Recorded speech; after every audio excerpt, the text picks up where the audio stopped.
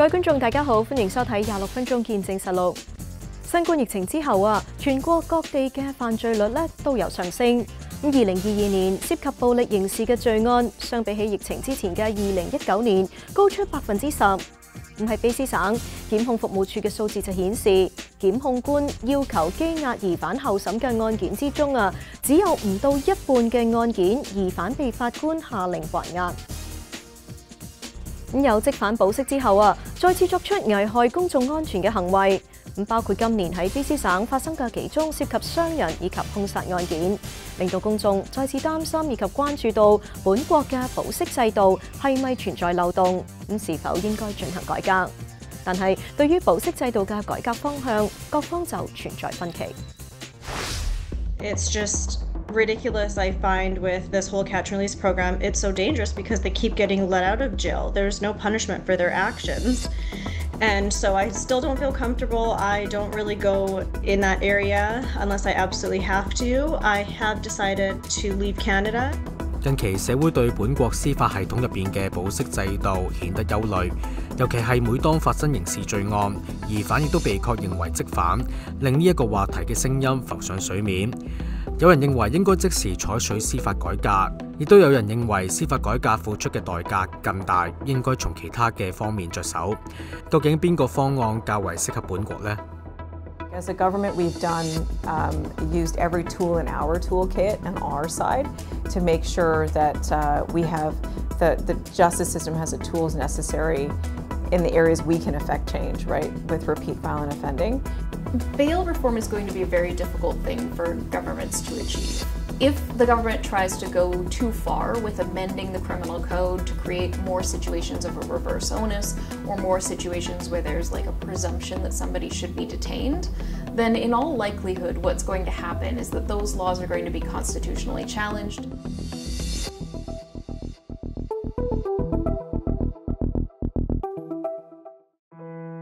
案發喺今年6月16號夜晚10點左右，素里 Fairchild 社區30歲女子 Tori Dunn 喺182A 街9800號路段附近嘅住宅俾人劫殺。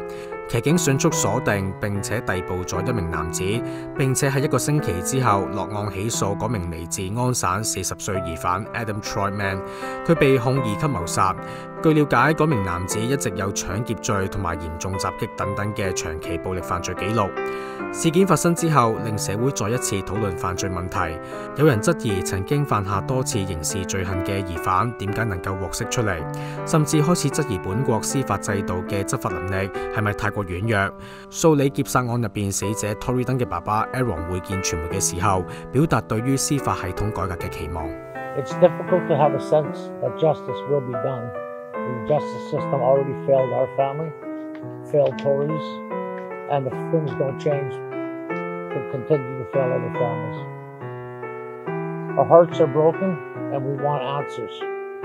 We want to know why the judge in this case allowed a violent offender back into our community. 全國涉及刑事犯罪案件都有上升。本國統計局數字顯示，疫情之前2018年涉及刑事罪行嘅案件有2043328宗，但喺2022年涉及相關嘅案件升到去2218983宗。喺卑詩省，全省涉及刑事犯罪案件亦都有上升。喺2018年錄得59088宗罪案，去到2022年就錄得81526宗嘅案件，對比之下高出大約38%。居住喺卑詩省維多利亞嘅阿莎麥昆娜喺今年4月喺市中心被一名男子劫走汽車。佢話案發嘅時候發生非常突然，最令佢感到害怕同埋恐懼，發現嗰名搶走汽車嘅男人被警方拘捕之後被獲釋，喺第二日又犯下另一宗罪行，開始對司法制度失去信心。I was just working, just a regular morning, and I went downtown Victoria to take a picture of a commercial building that I saw for sale. And so I had pulled over on the side of the road, looked around, thought it was safe, it was in a good area. And so I parked my vehicle and then got out of my vehicle, and I was still leaning on the vehicle with my phone taking a picture of the property. And then when I went to walk back into the driver's side of my car, I noticed this younger male approach me. He looked like he was walking straight towards me, and I thought he was just crossing the road as I was in an intersection. And then instead of crossing, he came right over to me and threw me on the ground, and then just opened my car door, got in my vehicle. And then I called the police right away. He sped off as fast as he could down the road. And so I called the police right away. And there was a few police vehicles that had driven by that didn't have their lights on or anything. And so I said, I need to take matters into my own hands. And so I walked onto the middle of the road and just pulled down the next police car and explained what happened. And on my phone, I could track my vehicle. So I had tracked it just down the road and was able to lower the speed limit and everything on it. And so I had stopped the vehicle and then told the police where it was. And so a next police car picked me up and took me to the scene of the crime, where I was notified that the guy who stole my vehicle crashed into 2 other vehicles, and my vehicle was completely totaled. It was a complete write-off, and there were 2 people, I believe, sent to the hospital. Asher 話對現時社區安全表示擔心，見到劫走佢嘅車嘅男人3日之內作出3宗罪行，而冇得到任何拘留，將會提高社會公共安全風險。Before COVID, I believe it was really safe. I had never had any issues with anything before COVID. I never met anybody that had any trouble or any issues with anything. And then I feel as though after COVID, things started to get a little bit worse. And just with inflation and everything happening, the housing crisis, people just can't afford to live, and that's creating a lot more homeless.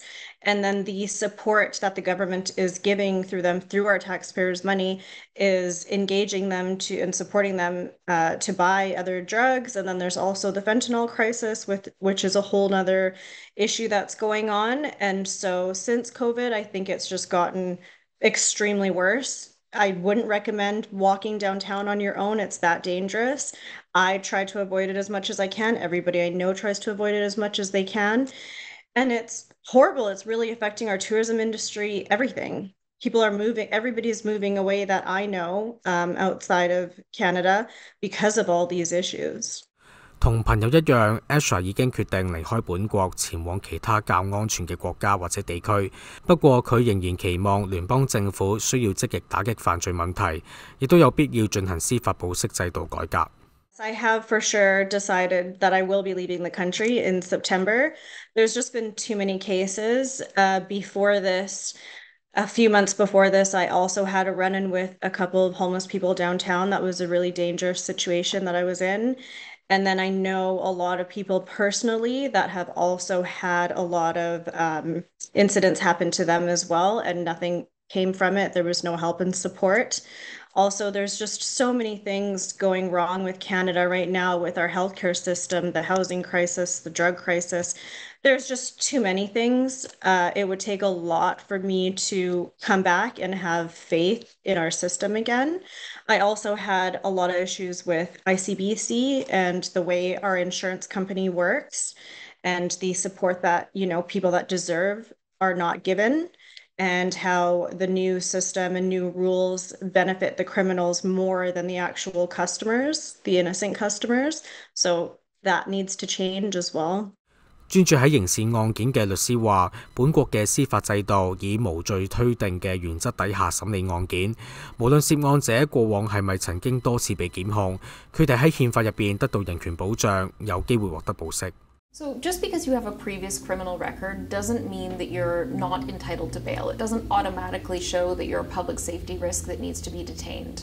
The Supreme Court of Canada has done extensive review of bail laws in Canada in the last 10 years, and they've developed essentially a framework that says that detaining somebody in custody is meant to be a system of last resort, where nothing else can be done to protect the public. And there are often conditions that can be put in place when dealing with specific types of offenders to protect the public, whether that's imposing a curfew, whether that's preventing them from going to certain areas or locations, whether that's preventing them from having contact with individuals, or possessing things like alcohol or drugs or knives or weapons of any sort. And so conditions can be crafted that can protect the public safety and still allow people to be out and in the public while they are on bail. 有輿論批評本國保釋制度過度寬鬆，令疑犯能夠有機會再對社區構成公共安全風險。包括今年6月發生嘅 Torridon 劫殺案，同埋舊年9月喺溫氏點亮華埠活動之後發生嘅傷人案，導致2人受傷。兩宗案件之後分別被揭發，疑犯過往有多次犯罪記錄，同埋有精神病患記錄。Tyler 話：一般嚟講，法庭俾疑犯保釋嘅考慮有3項主要因素，只要有一項唔符合規定，就唔會獲得保釋。So the court, in determining whether or not to grant bail, looks at 3 factors. They look at, they're called the primary, secondary, and tertiary grounds. And essentially they look at whether or not holding somebody in custody is required to get them to come to court. So if you think they're going to flee the country or they're not going to show up for their court appearance, you would hold them in custody to make them do that. The second is a situation where there's a risk to the public safety if they're being released. And that's the ground where we look at somebody's past criminal history or acts that they've committed after the offense and before they were arrested to show whether or not they are a public safety risk. And then the third ground is public confidence in the administration of justice. If the public would lose confidence in the administration of justice, then somebody can be denied bail. These are all very high bars for somebody who is seeking bail, except in specific circumstances where there's a reverse onus. The individual seeking bail the burden is on the Crown to prove that they need to be detained. The burden is not on you to explain why you should be released. There are situations where there is a reverse onus, where you are required to prove why you should be released. This arises typically with certain types of charges that are statutorily indicated in the criminal code, or people who have certain prior convictions, or people who are already out on bail and who have breached their bail conditions. They are then in a position of being in a reverse onus and having to prove why they should be released. 司法保釋制度應該係保護人民，抑或係疑犯呢？西門菲沙大學犯罪學學院榮休教授 Neil Boy 唔認同法律只係保護被告一方，需要睇清楚每宗案件本身嘅性質，先至能夠作出結論。I don't think that. I think that we have to look at the nature of the crime and the extent to which we need protection from that crime. So if you've got somebody who has committed a number of serious offenses against people, against persons, then that's a person who we should be taking seriously in terms of confining prior to trial. But when we're looking at property crime, I mean, is it a good use of scarce correctional resources to be putting those people in jail awaiting trial or even after trial? Jail is a place for people who really impose a significant risk on public safety. And of course, what we're looking at there are mostly crimes against persons as opposed to property crime. Not that property crimes don't have a significant impact. I think of money laundering, corruption. We've seen in British Columbia with the Cullen report and the concerns that have arisen. So around that kind of crime. So it's a complicated picture, but we have to look at how and when we're going to use the correctional resource in terms of detaining individuals prior to trial. 有受害人就表示對於現時本國以及省內嘅公共安全失去信心，亦都計劃離開本國，去到其他佢哋認為較安全嘅國家或者地區。唔同嘅政界人士對於本國嘅保釋制度係咪應該改革，存在住唔同嘅意見。當局又應該點樣做先至能夠挽回社區嘅信心呢？我哋下一次翻嚟再睇。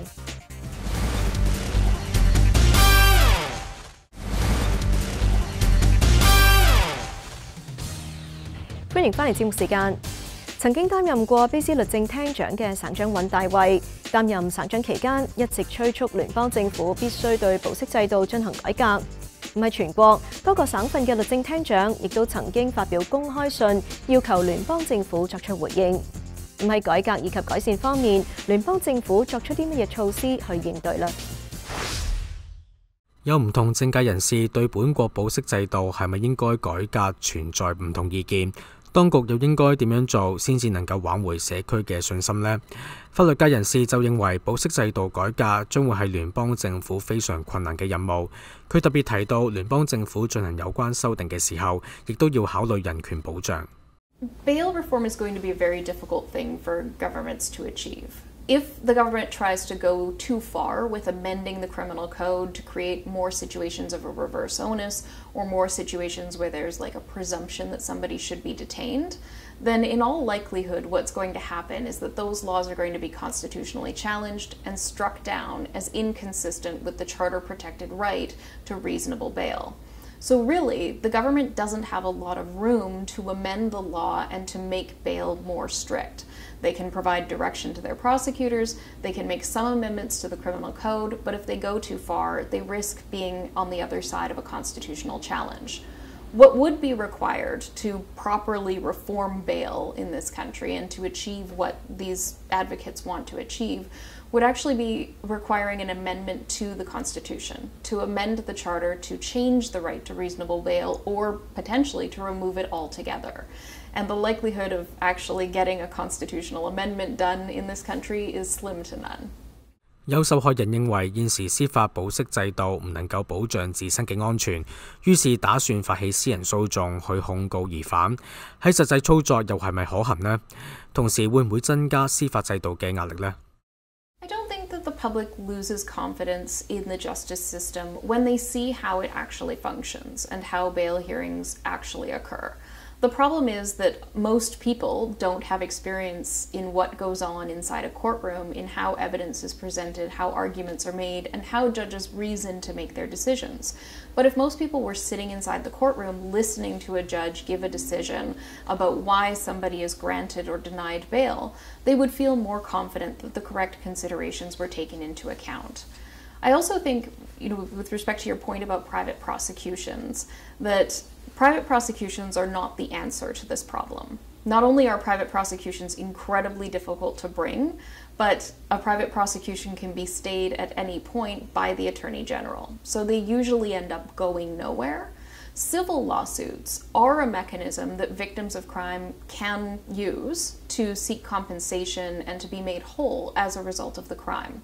And the civil lawsuit system is an effective tool that victims can use because it doesn't slow down the criminal trial system. It's held in a separate level of court, it's held in a separate type of proceeding, and so that doesn't take away time and resources from pursuing a criminal prosecution. So if victims of crime are concerned that the justice system isn't serving their interests, they can resort to the civil system to achieve that type of compensation. 曾經擔任過卑斯律政廳長嘅省長尹大衛一直致力喺呢一方面推動，亦都多次同其他省份嘅省長聯署要求聯邦司法部長採取積極態度進行改革。司法部長維拉尼話，因應面對多個省份嘅聯署，聯邦政府已經喺相關方面作出修訂。The biggest response that we made was in that package that we passed in September of last year. In September of last year, when we passed Bill C-48, what that package talked about is that if you are a serious, violent, repeat offender, somebody who's used a weapon in the commission of crime, we've changed the onus. And what that means is that it's a lot harder to get bail. So normally, if there was a given instance, if there was a given individual, a Jane or a John Doe, normally that the Crown has to show why that person doesn't deserve bail. If you're a serious, violent, repeat offender, we changed that onus and said, you will not get bail, and you must prove to us why you deserve bail, because you've been shown to be a danger to society. There's also the general rules that operate in a bail decision. It is always about, will that person return to court? Is that person a threat to public safety? And is there a question about the confidence of Canadians in the administration of justice? That's top of mind for any bail decision that's being made, and that's what's meant to be implemented. So we've been making these changes to the bail system to ensure Canadians are kept safe and that it is harder to get bail. We've also been making other changes. In Vancouver, I know you're based out west, in Ontario and Quebec, and we're starting to see some of it in BC. We've had other concerns with things like organized crime and things like auto theft and how that's affecting communities. We amended those provisions in the criminal code just this year in June through our budget legislation. We put in some changes to the criminal code to make it more difficult for people who would commit such crimes, would use children or teenagers involved in such crimes. We enhanced the penalties for such crimes, which is really, really important in terms of ensuring our communities are safe and getting tough on crime. 聯邦司法部長維拉尼話：喺引入相關法案嘅時候，已經喺人權同埋刑罰方面取得平衡。We're always trying to find that balance. So my job is to keep Canadians safe, to address the needs of victims. Another fundamental part of my job is to always ensure that we are compliant with the Constitution and with the Charter of Rights, and we're constantly balancing those goals. And that is my fundamental job at the cabinet table and as the Minister of Justice and Attorney General. What I'd say to you is that I think we found a way to do exactly that. We've got charter protections that are there for good reason. That's what makes our democracy such a strong democracy. That's what makes people want to come and live in this country. At the same time, people want that safety that they need to see. We've been able to enhance penalties for various types of crimes, including under my watch as minister, for things such as what I just mentioned. If people are involved in carjacking of a car, people are using children or using organized criminality or doing money laundering, for example. Those are important things, and those are aspects where we've beefed up the penalties. So it is possible to have this balance. But what I'd also say is that what's really required is that we need good cooperation on the part of the provinces. And again, I'd refer back to what I said earlier. When we change the law at the national level, when we change those bail laws, we also said to the provinces, it's your job to make sure that we are tracking who is or is not violating the conditions of their bail. You need to give us the data so we can see whether the laws are working. We need to ensure that there are enough police on the ground to ensure that they can arrest people. We need to ensure that there are enough provincial crowns on the ground to prosecute people. 本國刑事法例只有聯邦政府先至有權力去修改，省級政府喺呢一方面冇任何空間進行改革。喺省級方面，省政府又應該點樣着手解決問題呢？ As a government, we've used every tool in our toolkit on our side to make sure that we have the justice system has the tools necessary in the areas we can affect change, right, with repeat violent offending. We launched a repeat violent offender initiative, and that was a program that was in place actually in 2014 that was cut by the previous government. But what it showed was that when you have focused attention in the system on the most violent of criminals, then you can solve for those people. You can make sure they're held. You can make sure that the cycle of violence is stopped, and you can keep communities safer. And so I launched that program very quickly after becoming Attorney General. And it's the Crown Council, BC Prosecution Service, with their offices, police officers and probation officers that circle around. And right now it's 400 of the most violent criminals in the province, and that's working, right? So we do need stronger laws. We need to make sure we advocate for changes from federal government, and we also need to continue to do the programs that we know are working in the province. 對於本國司法保釋制度，各界對改革方向態度都唔一致，但受害人就期望本國能夠參考其他國家嘅法律條件去修補漏洞。 I think from my experience and seeing and traveling a lot of places where their crime rate is very low, what works for a lot of countries is having consequences that match the crime. If you committed a murder, you have no chance of getting out of jail. You stay in jail. Yes, you have the opportunity to be reformed by having education and working on yourself to better yourself. That could be an option, but we need to be more diligent and strict about those courses and how they run and that form of reformment. But in a lot of cases, in a lot of countries that I've seen, the best thing that works is having the punishment be the same as the crime. If you steal something or have a small theft, then you have a more chance of getting out of jail. It shouldn't be any criminal, no matter what their situation is, has an opportunity to get out of jail. That's not fair. That's not how it should work. The punishment should match the crime. 好啦，今集嘅節目時間又差唔多啦。咁如果觀眾對我哋嘅節目有啲乜嘢意見嘅話，係好歡迎大家以電郵嘅方式同我哋聯絡㗎。我哋嘅電郵地址係 mag26@fairchildtv.com。咁如果觀眾咧想上網重溫今集嘅節目，亦都可以上到去我哋嘅網站3w.fairchildtv.com， 點擊節目重溫一欄就可以睇得返㗎啦。下星期同一時間再同大家見面，晚安。